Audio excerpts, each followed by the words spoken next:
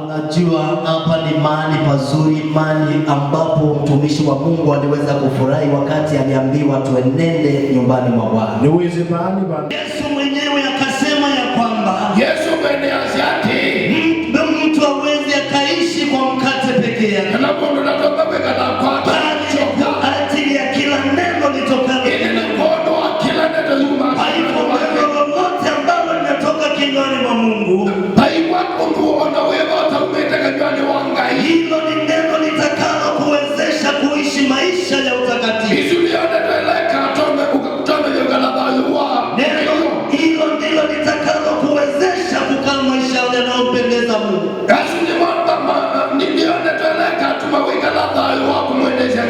Kwa hivyo ninawakaribisha mara tena katika ibada ili tuweze kuendelea katika lile neno ambalo tunajifunza kila mara.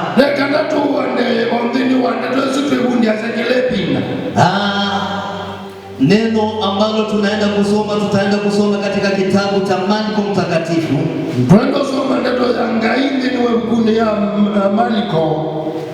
Kifungu ni cha 5. Hapo nataka kuunguzia mistari michache tu na tuweze kumalizia. Hapa ninataka kuongea juu ya mtu mmoja ambaye kila mmoja wetu anamjua vizuri. Mama mmoja ambaye historia yake inajulikana na sisi zote. Mama mmoja ambaye aliweza kuandikwa katika neno la Mungu. Ulikuwa na sababu huyu mama aweze kuandikwa katika hili neno. Na ukisoma katika hicho kitabu cha Marko kifungu cha 5, kuanzia ule mstari wa 21. Hivi ndivyo maandiko yanavyosema. Nitaweza kusoma kwa lugha ya Kiswahili na tusome na Kiingereza. Hata Yesu alipokwisha kufuka kurudi ng'ambo katika kile chombo, wakakusanyikia mkutano mkuu, naye alikuwa kando ya bahari. Akaja mtu mmoja katika wakuu wa sinagogi, jina lake Yairo. Hata alipomwona akaanguka miguuni pake, akamsihi sana akisema, binti yangu mdogo yu katika kufa, na kuomba uje uweke mkono wako juu yake apate kupona na kusihi. Akaenenda pamoja naye, mkutano mkuu wakamfuata wakimsonga. Mstari wa 25 mahali nataka tusemezane hapo. Na mwanamke mmoja mwenye kutoka damu muda wa miaka 12 na kuteswa mengi kwa mikono ya matibabu wengi,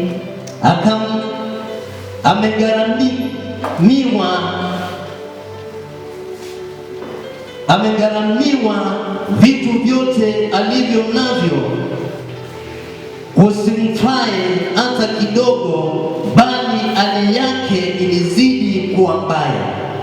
Aliposikia habari za Yesu, alipita katika mkutano kwa nyuma, akaliguza vazi lake, maana alisema, nikianguza mavazi yake tu nitapona. Mara chemchemi ya damu ikakauka, naye akafahamu mwilini mwake kwamba amepona msiba ule. Naweza soma mpaka hapo, hata unaweza anzia mstari ule wa 25. Nandai kava ona vanini indi aendea kuwa Ewe uvo wa Yesu alikela guduni itina na akiita ngwa yake nundu aishi na akiita ona ethi wanongwa siake ni nguvoa nithiwe ni mwino na oyu thongo ya thakame yake ya ngala na euga mwini wake kana ni wavoa uthinyo usu wake na oyu Yesu amanya thini wake kana vinya ni wauma kwake na ethi uwa na eguduni na akulia nuula wangita ngwasiapa. Na tunaweza kushukuru kwa neno. Baba, ni asante kwa mchana wa leo. Asante kwa neno lako ambalo ni uzima. Neno lako lipo mbele zetu wakati kama huu, na ninaomba katika jina la Yesu Kristo ili neno hili likapate kuwa na msaada maishani mwetu. Yote ambaye aliweza kuingia katika nyumba yako, wacha ili neno la siku ya leo likawe na msaada katika maisha yake. Ninaomba ukanguze mama ambaye aliweza kuingia katika nyumba yako akiwa na shida. Ukanguze mzee, ukanguze mwanarika na yeyote ambaye aliweza kuingia mahali hapa. Ninaomba unguzo wako Bwana ukamfikie siku ya leo, na haya yote yatimie kwa utukufu wa jina lako, na ni kwa jina la Yesu tunaomba na kushukuru. Amen. Kulingana na vile tumesoma haya maandiko, twasoma maandiko huu ulikuwa ni wakati ambao Yesu alikuwa katika huduma.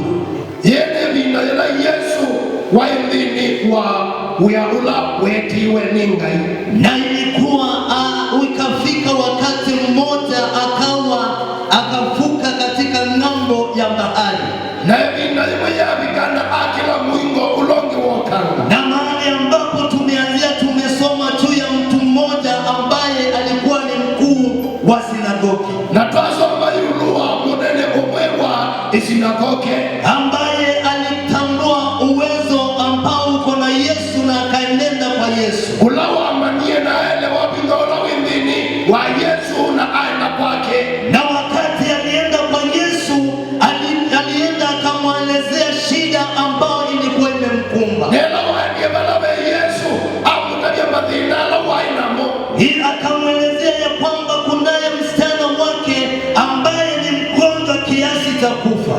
amuyeke naye na kele tukawaite kiemu kende kadhenge kuka, Naye Yesu akaanza safari kuelekea kwa Jairo, na Yesu ambia chalo cha kudhiwaya hilo, na katikati ya ile safari ya kuelekea kwa Jairo na mendini wa chalo cha kudhiwaya hilo, ukatokea mwanamke mmoja ambaye tumesoma hapa, na umepagume laki vendini kila twasoma yulo wacho, ambaye alikuwa amekaa muda mrefu akisumbuliwa na shida, mamoye kalite vina yaza aedhinyo nuwa, miaka 12 akitokwa na damu. miaka ya kumine eliya yunga ni mbakame, Kila siku hiyo shida ilikuwa inamsumbua, kila mudhenda dhino suno wa mudhina, wiki kwenda wiki hiyo shida ilikuwa inamsumbua, chuma kwenda chuma ya dhina no wasu, mwezi hadi mwezi hiyo shida ikawa inaendelea, wei kudhima yungi wendi ya dhina no wasu, mwaka kwenda mwaka hiyo shida ikaendelea. waka kudhima kolongi wendi ya dhina nudhela,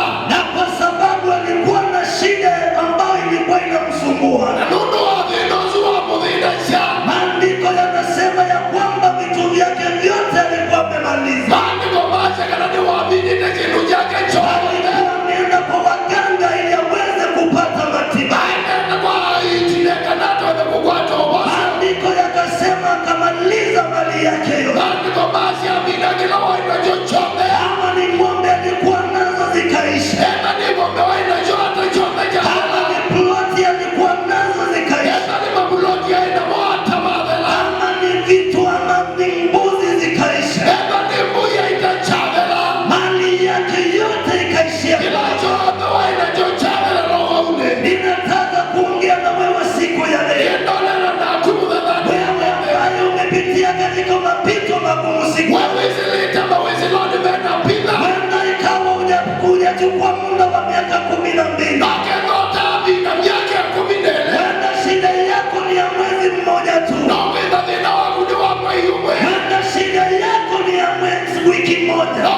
athina waku ni wa wiki umwe. Wenda shida yako ni ya mwaka. Na wenda athina waku ni wa mwaka. Nimekuja kunena na wewe siku ya leo. Nena na kuombe. Nikuambia ya kwamba kuna suluhisho ndani ya Yesu. Nenda wewe kwacho.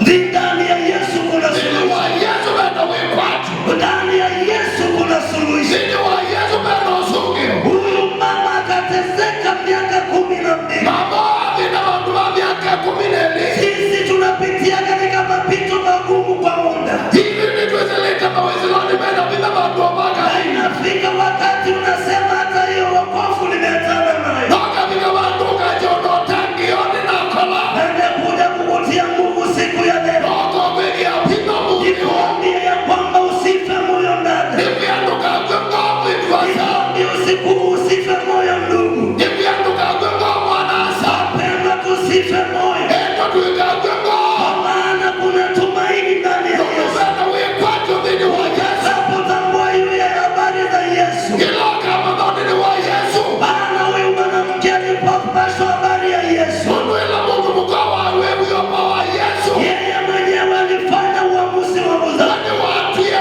mwene. Akaamua ya kwamba Atu ya nazi ati. nimejaribu wakanga wa kila hali. Nitata dhiti ya iti makila mwene. Tokea mganga huyu nikaenda kwake. Mwame muiti waka umelangadi kwake. Tumekuwa na huyu mwombezi nikaenda kwake. Wamu moli ngadi. Wengi wetu tumeenda kwa waombezi. Aiki maitu ni kuanenda kwawe. Wengine tukaenda kwa waganga. Aki tukadi kwawe. Mara unapotoka kwa fulani, Nowa umapa kwa kanya. unapata ushauri, unaambiwa kuna fulani ambaye ametokea. Ukewa pendo ukeubelile weka malanga. Unaambiwa kunayo gari ambaye ametokea. Ukewa pendo ukeubelile. Lakini nikuambia ya kwamba kuna suluhisho kwa mwanadamu. Itini endokwe kwa andu maimba. Kwa Yesu ndiko kuna suluhisho. Kwa Yesu ndipo pendo usungu. Huyu mwanamke akapashwa habari za Yesu. Mundu mukae uopa wa Yesu. Naye akaamua ya kwamba Nake atuati. kwa sababu nimejaribu kwa watu ikashindikana. Mundu nitandije kwa andu inge. Nimejaribu kwa watu ikashindikana. Mundu nitandije kwa andu makemekana. Sasa nitajaribu kwa huyu Yesu. Yune mbuzi unata kwa Yesu. Maana nimesikia habari za Yesu. Mundu niwito opa wake. Nimesikia ya kwamba ni yeye atuponyaye magonjwa yetu yote. Nitandije ni watu wasema wa Ni umaitu. yeye atusamehaye makosa yetu Ni yote. watu wake ana institusione. Akaamua ya kwamba nitaenda kwa Yesu. Atuavi balame Yesu. Na wakati alipotazama Yesu akiwa kwa mkutano, Neno wavigie balame Yesu yuko manoni. akaamua ya kwamba Atuanati. hata watu wawe wengi na kiasi gani, Onena tumaigimite hata. hata kongamano liwe limesongana namna gani, Onena komano nini ni ni lazima nipenyeze katikati yao. lazima nilikile Lazima nipenyeze katikati yao. lazima nilikile Nataka kuongea na wewe ndugu na dada. nena la kumana sana.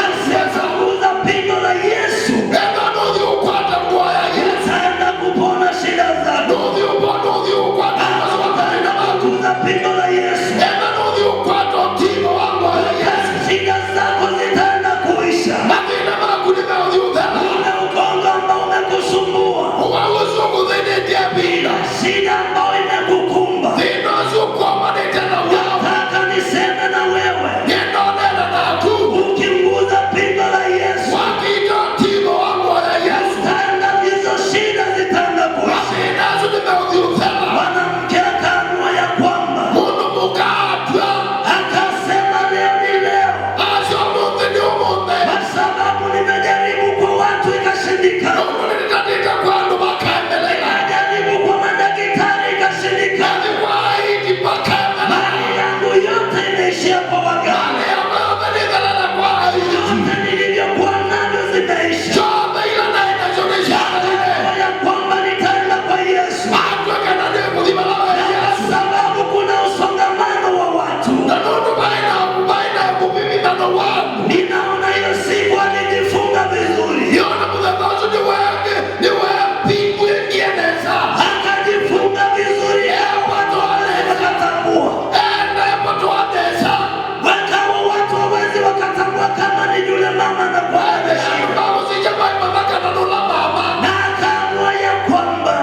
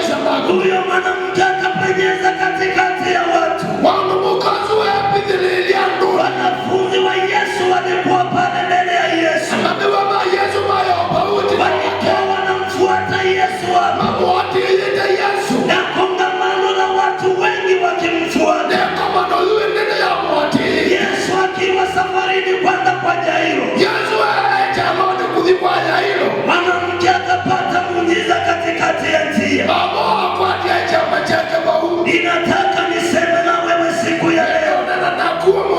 Ninaona huyu mwanamke alikuwa anaimba ile wimbo ambao tunaimba tukisema ya kwamba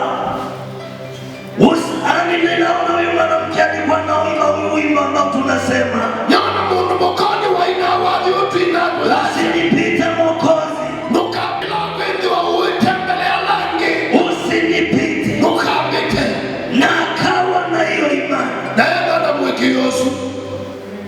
Bwana Yesu asifiwe. Amen.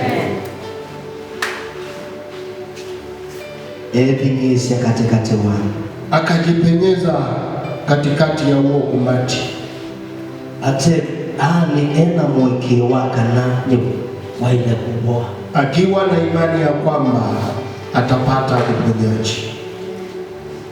ena mweki wakana ni waile kubwa, akiwa na imani ya kwamba uponyaji ataupata hiyo siku, na akapenyeza katikati ya watu. na evi nilelia ndini wa ikomanoli Ni watu ambao walikuwa wamesongamana kabisa, asuna nduma kwata nite pishu, yani kongamano la watu ambapo hakukuwa na njia, yani bandu anuma bibina nitoge yanzie tonekana, lakini kwa ile imani ambao huyo mwanamke alikuwa nayo, indi kuonua mwekeo ula kibitiki chaina huo.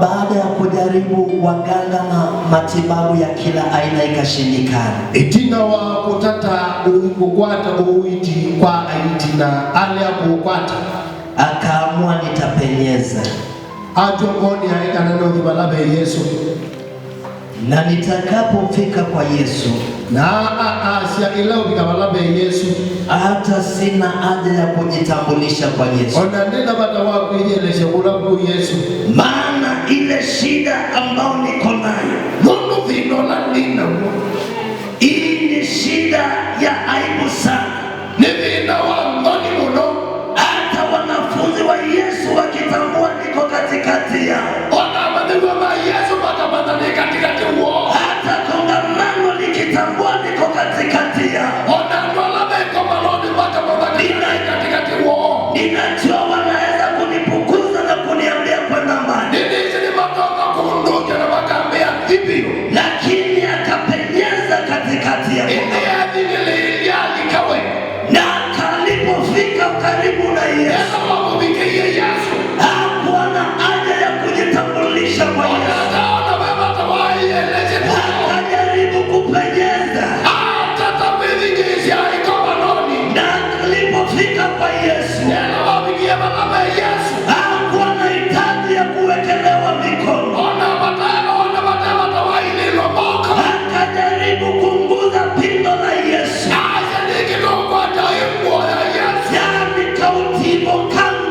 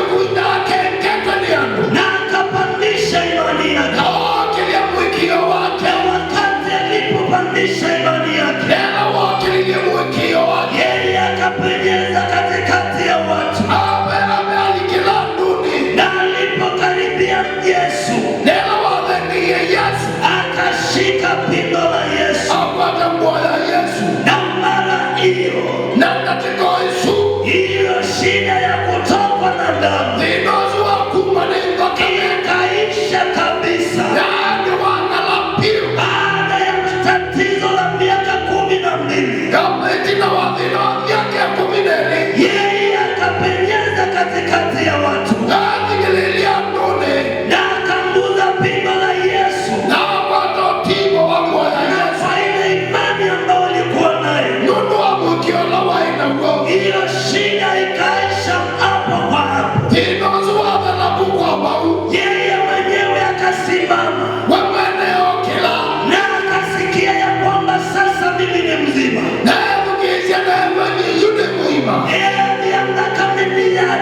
Akasikia kwamba damu imeisha, yani vimosu wa miaka 10, hiyo shida ya miaka 12. nienda unena na kumietua sawiba, Nataka kuongea na wewe dada ambaye umekaa katika shida fulani kwa miaka, umekuwa ukimlilia Mungu kwa miaka mingi. Muhimu ni kupandisha imani yako na mkuze pindo la Yesu. Ukikuza pindo la Yesu, hiyo shida yako atakutana nayo. Utaanza kushuhudia watu uponyaji. Utaanza kushuhudia watu juu ya miujiza. Utaanza kushuhudia watu juu ya Mungu mkuu, Mungu ambaye anatenda miujiza, Mungu ambaye hawezi akashindwa na jambo lolote. Wenda ikawa umesumbuka miaka mingi, umejaribu kuelezea marafiki zako wakusaidia, lakini hakuna msaada kwa watu. Hakuna msaada kwa watu. Vile tulivyosoma kwa huyu mwanamke, yeye alijaribu kutembelea watu mbalimbali, lakini msaada wake haukupatikana. Msaada wake ulipatikana kwa Yesu. Wakati alipoinua imani yake na akasema, nikiguza pindo la Yesu nitapona hii shida. Bwana Yesu asifiwe. Amen.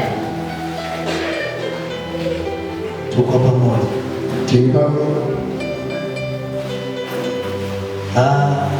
Unajua mara mingi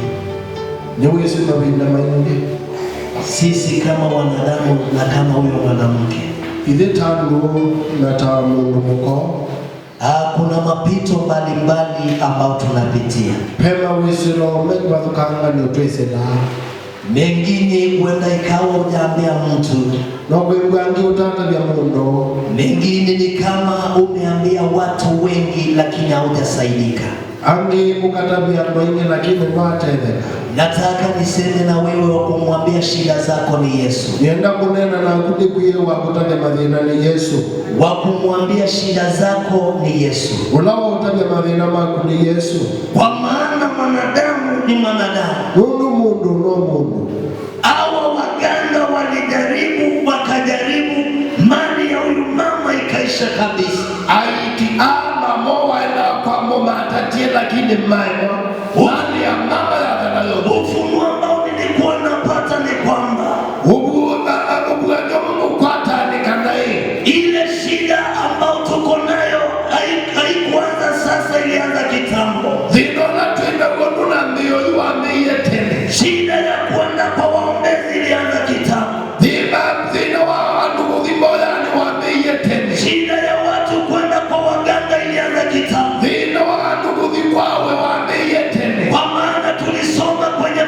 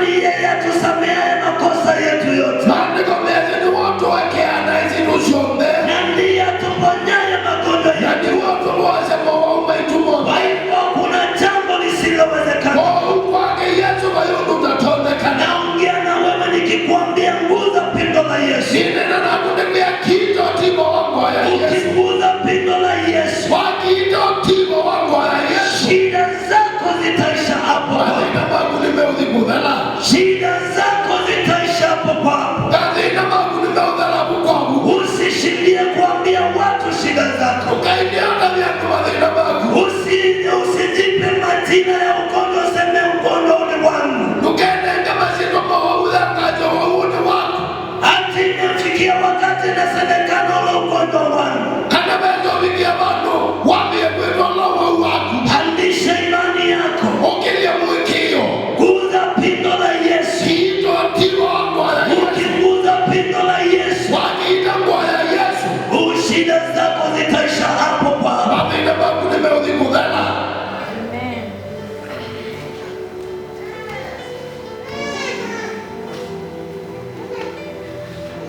Ndio tunasubiri yaniti. Hiyo neno inatosha. Yesu anasema nini katika kitabu cha Wafilipi? Yesu yasema nini wa hukumu ya Biblia? Haya ni maandiko ambayo tunayajua vizuri. Maandiko tumesema. Wafilipi kifungu cha 4. Wafilipi kilimshia kama ule mstari wa 6. Mstari ni wa 3 na wa 7. Maandiko inasema nini? Maandiko yamesema msijisumbue kwa neno lolote, mkema kieko mwanaweva, bali katika kila neno kwa kusali na kuomba. Indi kila ni mapata menu ni mata kwa ngai na kuvoya na kuisomana pamoja na kutunga mabaya. Pamoja na kushukuru haja zenu zijulikane kwa Mungu, na amani ya Mungu ipitayo akili zote itawahifadhi mioyo yenu na nia zenu katika Kristo Yesu. Mungu wangai unavitukite umanyi wonde ukasuvia ngo sienu na moswanio menu mbele wa Kristo Yesu. Wakati huyu mama alipunguza pindo la Yesu, ila ibinalila mama akitie nguo ya Yesu, na akatambua ya kwamba hiyo shida imeisha, na hapa kana vinosu ni wadela. Yesu mwenyewe aliweza kutambua kunaye aliyemunguza. Yesu mwenyewe ni wamamie Mungu wako kita, na akauliza ni nani aliyeninguza? Hapo ile nula wangita, na anaona kina Petro wakimjibu, na Petro msungia, wakamwambia vile kumekuwa na msongamano wa watu, ni nani alikunguza? Nani yule kama ndio na Petro yuno wa utina. Yesu akajibu akasema ya kwamba Yesu anena na ashati, kuna jambo ambalo sio la kawaida limetendeka. Petro wawe wa utawa kawaida wekeka, na mara huyo mwanamke alipopona, na ibina ila mamozi wa boye, amani ikakawa na amani moyoni mwake. Ngoni yake, naye Yesu akamwongelesha, na Yesu anena nake, akamwambia binti, uwe nenda zako kwa imani. Hapo ya Mungu mukaenda na Mungu, imani yako imekuponya. Mwekio wako ni wa umoja. Na maandiko yanaongea na sisi siku ya leo. Maandiko menena na itumombe. Unajua tumepitia katika shida mbalimbali za kimaisha. Tuzeleta mavinani mengi makutanganio magayo. Yesu akitambua ya kwamba kuna mapito ambayo tunapitia. Yesu apataka na baba mzilo tuzelete.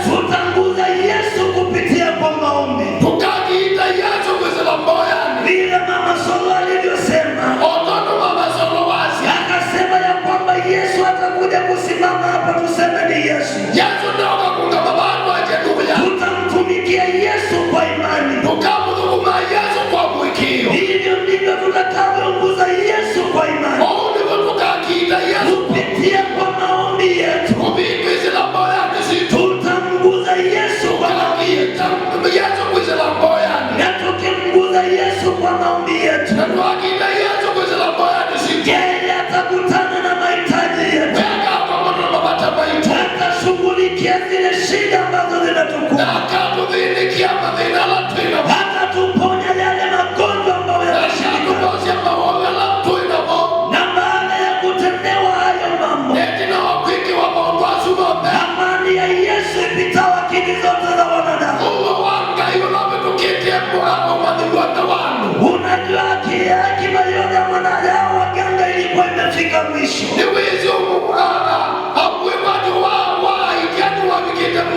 Lakini wakati huyu mwanamke alikutana na Yesu,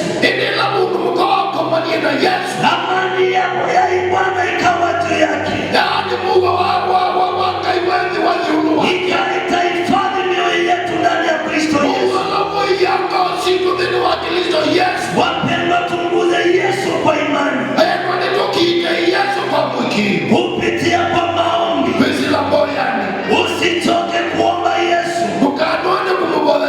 Usiseme nimekaa muda mrefu na Yesu hajajibu. Huyu mwanamke alishtabika miaka 12. Lakini siku moja muujiza ukatendeka. Nasema na wewe kwako, nikuambie ya kwamba kunawezekana. Nasema na wewe nikuambie kunawezekana. Wenda ukawa umepitia katika magumu miaka mingi. Wenda ukawa umelia usiku na mchana. Siku yako itafika. Na hiyo siku itafika wakati utakapopandisha imani yako. Naongea na wewe nikikuambia pandisha imani yako. Yale matatizo ambayo yanakusumbua, Yesu ametupa ruhusa ya kumjulisha hayo mahitaji. Naye mwenyewe ako tayari kuyashughulikia. Bwana Yesu asifiwe. Amen. Referendo unaweza malizia. Ndeto ni Yesu nakarikiana kuiwa. Mathina akimanga meserete ndini wamo ni maingi, lakini wenda wekwati undu mukodu wa thini ebinda yasa, lakini Yesu ndio namugoishi nerona mugoishi ndikunendiwe kwegusio Mungu wanga ikunemba yulu wake emba Yesu na metu nithi nosuwa na metu Priwa kana bandi wasomani wa Ebenania 13:8. Priwa kana Yesu nungu iyo umuni tene na tene ndani uka na Yesu unakumanya na mamoro kwa madalani madhigara kibetikiki na inamoma na imaniki lakini laki na mwendege Yesu ndoni chonde ni nadhiri mudenosu uthekewa kula mamo unathekewa na kwacha afya kula mamo unaiti ni kunadhiri nona kiti ngwaya Yesu embapo kiti kutivo wa ngwaya Yesu na nipo kwenda wepo sio nataka tusimame tuungane.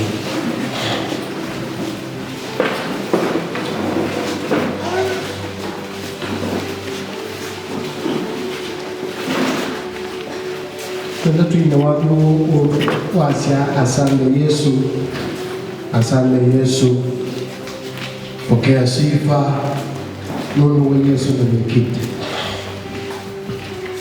na tuahoya ni tukunya ndemo situ kwa ngurusia kumi na kutenda kwa ngurusia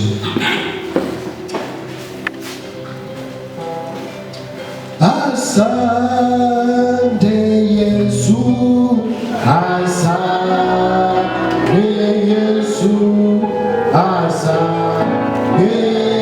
Yesu, asante Yesu, asante Yesu.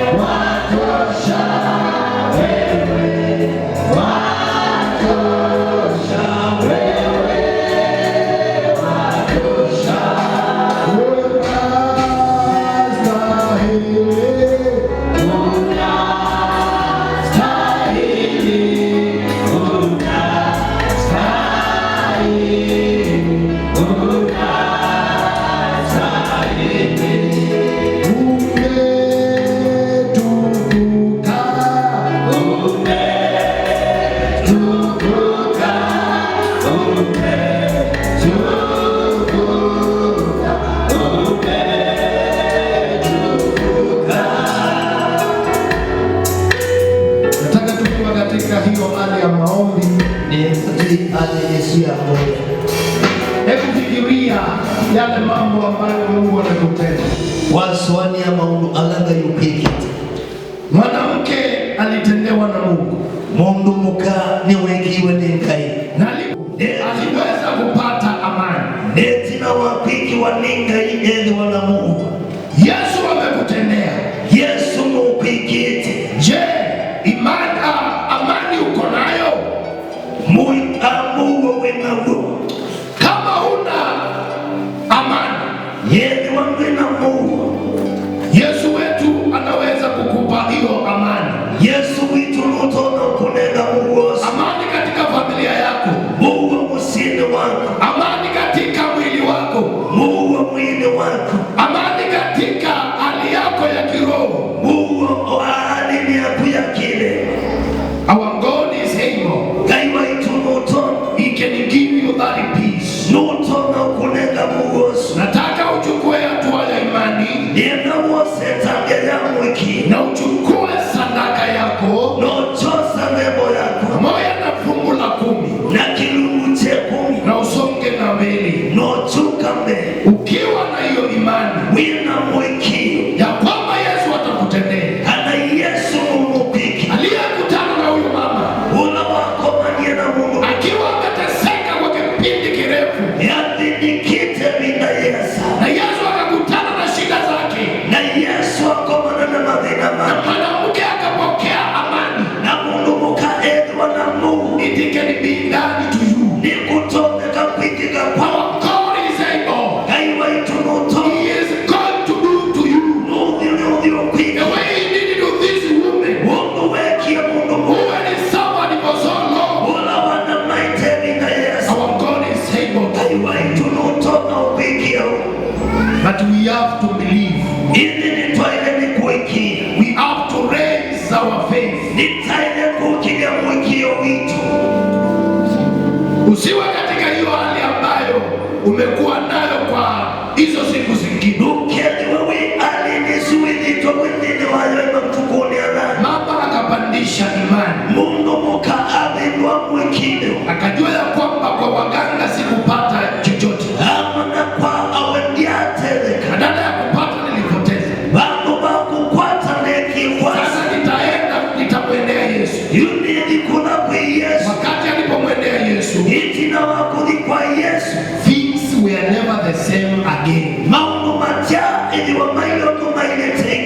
Nimesema uchukue sadaka yako, fungu lako la 10, usonge mbele. Na sawasa ndemo ya kukinguza kutekumi utuka. Hallelujah. Jesus. Unaweza yote Yesu. Yes.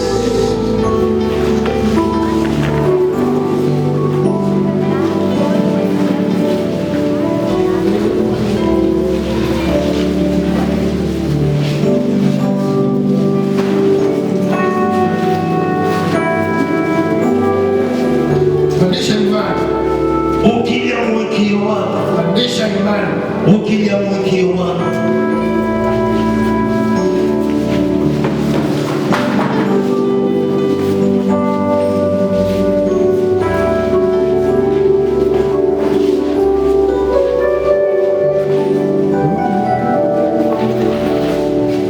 Jesus, we worship you. Yes. We worship you. Tunataka kufanana na wewe Yesu. Tunataka kufanana na wewe Yesu. Tulingane na wewe Mfalme. Maana sisi ni watoto wako. Kila mmoja ambaye umechukua hatua ya kusonga mbele, Muombe wose tabia kukamili. ninakusihi Ni muwezowa. upandishe imani yako. Ukija mwekio wako. Niwezi maungo ama kiwebebwa. Unajua haya mambo ya kiroho wapendwa, tunayachukua kwa imani. tumosa kwa mwekio. Na kama hiyo imani inakosekana ndani yako, Na mwekio usiweza utendeni wako, itakuwa vigumu kumpendeza Mungu. ikienda jibina kumwendesha ngai. Huki windi toenda bandu bebi. Kwa hivyo kile ambao umekuwa kitarajia kwa muda, Ikia. amini, Ikia. amini, Na itawezekana. na nikiutonekana. Baba, katika jina la Yesu, Asasi itwani ya Yesu. nasema asante ni kwa ajili ya neno ya siku ya leo. Yasene mubia kwa ndeto ya umu. Asante ni kwa ajili ya imani iliyomponya huyu mwanamke.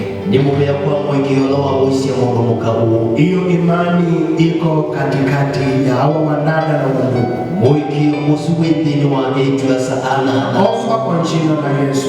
Ibo yasitwani ya Yesu. Kile ambacho wamekuwa wakitarajia, Kila mendi tumetenete. haijalishi ni muda upi ambao umepita. Yukule na nibi na lianata ibitite. Kama mwanamke aliteseka for 12 good years, Ega mundu mukane wanamayi miaka 12. na afterwards akapata solution ya ugonjwa wake. Netina apato sungi uomo wake. Ninaamini ya kwamba hao wapendwa, mahitaji walio nayo kuna suluhisho. Nikieka na eva ama batalame na mupendo. Sasa kwa imani tunaomba Kwa mwekio nitiku. ili ukutane na mahitaji ya wapendwa. Nekindoko mane na Wengine mupendo. wamekuwa wagonjwa, Angimedi tome awe. wengine wamekuwa wakiamini ni kwa ajili ya watoto wao ambao wamepotelea mijini. Angimedi tome kiki ya bono wasiana sioseye. Wengine wameamini ni kwa ajili ya watoto wao waweze kupata wokovu, Angimaka iki ya bono wasiana sioito. kwa sababu wamepotelea katika anasa za dunia hii. Ni maite mautanu ni Baba, katika jina la Yesu, Asa sitwani ya Yesu. uliye mwingi wa rehema na Mola usuitwa ni teiwa. tunaomba na ili ukawatetea, Mola meki ndoke. ukawakumbuke katika shida zao, Ukamalilika na mabia. ukawatetea Baba, Ukama ukitea. ukawaonekanie na ukawaponya Ukama onekanie na ukimakosi. katika jina la Yesu. Sitwani ya Yesu. Ponya familia zao, Mosia misio. ponya miili yao, Mosia mio. ponya vijiji vyao, Mosia nuasio. ponya nchi yetu. Mosia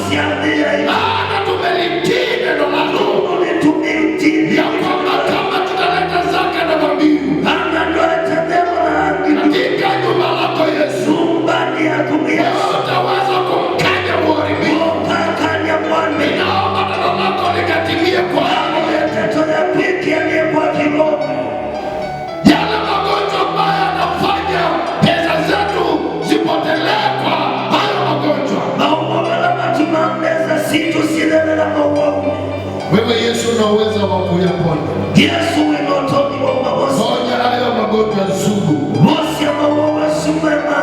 Na hizo pesa ambazo zinapotelea huko, utaweza kukutolea zaka na dhabihu katika jina la Yesu. Uliwe na uimiliwe. Upewe sifa ni kwa sababu umetenda.